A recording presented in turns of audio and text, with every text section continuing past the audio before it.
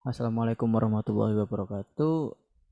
Perkenalkan kami dari kelompok 21 ingin mempresentasikan hasil resum kelompok kami yaitu mengenai paper Data Visualization of Violent Crime Hotspot in Malaysia.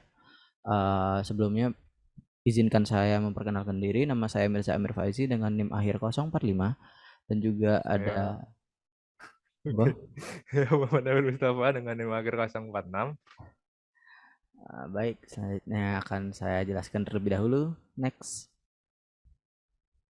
Nah, pengenalan, kejahatan merupakan isu kritis yang mendapat perhatian signifikan dari banyak negara di dunia. Malaysia tidak terkecuali dengan peningkatan terus-menerus dalam tingkat kejahatan dan masalah ini telah menjadi perhatian utama bagi para pembuat kebijakan untuk ditangani. Berdasarkan catatan, Selangor tercatat sebagai negara dengan indeks tingkat kejahatan tertinggi dan diikuti oleh Kuala Lumpur dan Johor Bahru. Sedangkan Kelantan, Perlis, dan Terengganu mencatat angka indeks kejahatan terendah. Next. Yang kedua ada pemetaan kejahatan. Pemetaan kejahatan mengacu pada proses yang membantu dalam identifikasi pola kejahatan dan disorot sebagai tugas penting dalam penegakan polisi. Berdasarkan pemetaan kejahatan, identifikasi daerah kejahatan tinggi dan rendah dapat dilakukan. Dengan demikian, pihak berwenang dapat mengidentifikasi daerah berisiko tinggi yang rentan untuk kejahatan. Informasi dari data masa lalu dapat membantu pihak berwenang untuk membuat langkah-langkah pencegahan untuk mengurangi tingkat kejahatan di daerah berisiko tinggi. Next. Yang ketiga ada GIS. GIS sendiri ini didefinisikan sebagai seperangkat sistem berbasis komputer untuk menangkap, mengelola, mengintegrasikan, memanipulasi, menganalisis, dan juga menampilkan data yang secara spasial direferensikan ke bumi. Informasi yang dapat ditumpangkan ke dalam GIS ini sendiri termasuk jenis kejahatan, waktu kejahatan, dan koordinat geografis kejahatan yang memungkinkan banyak administrator polisi untuk menganalisis pola kejahatan di mana saja dan kapan saja. Next. Lalu ada metode. GIS adalah perangkat lunak yang kuat yang memungkinkan seseorang untuk membuat sesuatu dari peta titik sederhana hingga visualisasi tiga dimensi dari data spasial atau temporal. Selanjutnya, GIS memungkinkan analisis, memungkinkan analis eh, untuk melihat data di balik fitur geografis, menggabungkan berbagai fitur, memanipulasi data, dan melakukan fungsi statik. Penelitian ini menyatukan Tableau untuk melakukan visualisasi data kejahatan kekerasan di Malaysia. Grafik tren, grafik batang, dan pemetaan kejahatan dikembangkan menggunakan Tableau. Next. Untuk deskripsi datanya sendiri, penelitian ini menggunakan data sekunder tentang jumlah kejahatan kekerasan di Malaysia yang disediakan oleh Royal Malaysia Police atau bisa disingkat RMP atau dikenal sebagai Polis Diraja Malaysia atau bisa disingkat PDRM dalam bahasa Malaysia. Tabel 1 sendiri ini yang di sebelah ini menyantumkan variabel penelitian ini. Lalu untuk makalah ini hanya menganalisis data kejahatan kekerasan untuk 14 negara bagian di Malaysia dari tahun 2007 hingga 2016. Lalu selanjutnya akan dijelaskan oleh teman saya. Oke, untuk metode kalkulasinya sendiri, yang pertama ada menggunakan analisis spasial pendugaan kernel density menggunakan sistem informasi geografis atau yang bisa disingkat sebagai SIG.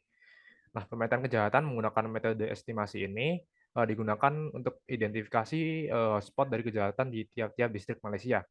Kernel Density Estimation atau KDE dikenal sebagai peta panas dan dianggap sebagai teknik pemetaan hotspot umum yang paling cocok untuk visualisasi data kejahatan. Jadi di sini untuk mengukur tingkat kejahatan dari tiap daerah menggunakan kernel density estimation yang menggunakan ini untuk rumusnya. Jadi ada number incident, bandwidth, graphical distance between incident dan lokasi, lalu ada juga dan juga ada density function atau yang dikenal sebagai kernel. Lalu yang kedua ada korelasi. Korelasi ini untuk mengukur kekuatan dan arah hubungan linear antara dua variabel kontinu. Jadi di sini nanti antara tiap variabelnya akan dicek untuk korelasinya. Jadi korelasi yang digunakan jadi korelasi Spearman, atau yang disebut korelasi R, yang dimana nilainya berkisar antara 1 sampai +1. Maksudnya antara -1 sampai +1, di mana tanda tersebut menunjukkan apakah terdapat korelasi positif atau korelasi negatif untuk tiap-tiap variabelnya. Jadi perhitungan seperti ini untuk perhitungan korelasi menggunakan korelasi Spearman. Nah, untuk hasilnya sendiri menggunakan GIS yang blue, di sini bisa dilihat bahwa indikator berwarna berkisar dari warna yang lebih terang ke warna yang lebih gelap, di mana warna yang lebih gelap menunjukkan intensitas kejahatan yang lebih tinggi. Contohnya pada Selangor dan Kuala Lumpur, di sini berwarna merah. Peta sendiri menunjukkan bahwa Selangor dan Johor Kuala Lumpur memiliki warna yang gelap, yang dimana menunjukkan kejahatan kekerasan tinggi di negara bagian tersebut. Lalu untuk dalam diagram batangnya, dapat dilihat di atas, grafik menunjukkan grafik untuk jumlah total kejahatan kekerasan dari 2007 sampai 2016 untuk setiap negara bagian di Malaysia. Dapat dilihat bahwa sesuai yang peta tadi, bahwa Selangor memiliki jumlah kejahatan kekerasan tertinggi sebanyak 89.538 kasus, diikuti dengan Kuala Lumpur sebanyak 58.600 kasus. Lalu untuk tiap-tiap distrik bisa dibagi untuk tiap-tiap jenis kejahatannya. Seperti pada gambar di atas, jadi tiap distrik dibagi untuk jenis kejahatannya. Jadi ada 5 kategori kekerasan, yaitu penyerangan yang berwarna biru, perampokan geng warnanya oranye, lalu ada pembunuhan warna merah, pemerkosaan warna biru muda, lalu perampokan warna hijau. Bahkan batang di atas menunjukkan bahwa perampokan geng adalah kejahatan kekerasan tertinggi di sebagian besar dari negara bagian. Contohnya di Selangor, Kuala Lumpur, dan Johor. Lalu ini untuk dashboard dari tabelnya. Dashboard sendiri bersifat interaktif karena memungkinkan pemfilteran status dan tahun. Dashboard sendiri juga menunjukkan jumlah total kejahatan kekerasan untuk setiap negara bagian. Oleh karena itu, untuk membuat perbandingan tahun dan negara bagian dipilih, kedua variabel dapat dipilih di bagian filter di sebelah kanan. Teknik visualisasi data menggunakan tableau ini sangat efektif dalam menampilkan tren kejahatan setiap negara bagian di Malaysia. Nah, lalu di sini juga ada bagan yang menunjukkan total kejahatan kekerasan dan populasi pemuda untuk setiap negara bagian. Nah, berdasarkan grafik di atas menunjukkan bahwa Selangor sendiri memiliki populasi pemuda tertinggi di Malaysia, dan itu juga selaras dengan jumlah kejahatan kekerasan tertingginya untuk di distrik Selangor. Lalu di ini ada scatter plot-nya, di mana gambar di atas mengilustrasikan plot pencar atau scatter plot untuk kejahatan dan populasi pemuda untuk setiap negara bagian di Malaysia. Untuk tahun 2016, berdasarkan gambar dapat menunjukkan bahwa terdapat 3 outlier pada grafik, yaitu pada Selangor, Kuala Lumpur, dan Sabah. Jadi tidak sesuai dengan grafiknya.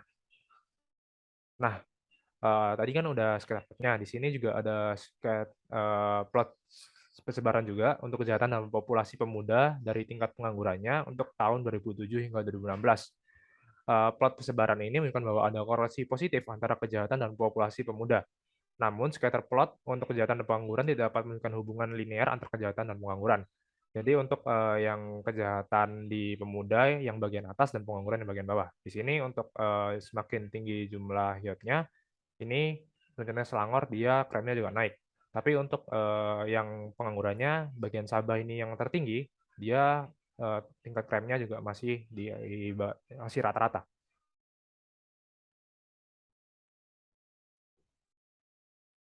Baik, Untuk kesimpulannya untuk akan dilanjutkan iya, oleh Firza. baik.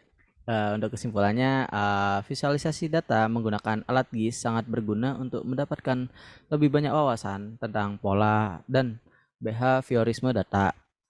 Para pejabat di PDRM Malaysia merasa analisis data kejahatan sangat berguna karena dapat memberi mereka wawasan yang lebih luas tentang tren kejahatan dan hotspot di berbagai distrik dan negara bagian di Malaysia.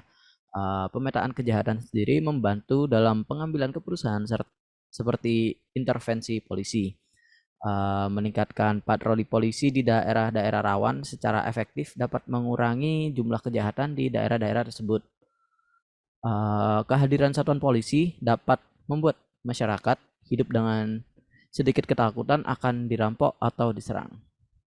Baik, selanjutnya ada daftar pustaka, ya itu daftar pustakanya, dan cukup sekian dari presentasi kami. Maaf apabila terdapat kesalahan kata baik dari saya maupun dari Nabil. Kami kelompok 21 izin pamit. Wassalamualaikum warahmatullahi wabarakatuh. Waalaikumsalam warahmatullahi wabarakatuh.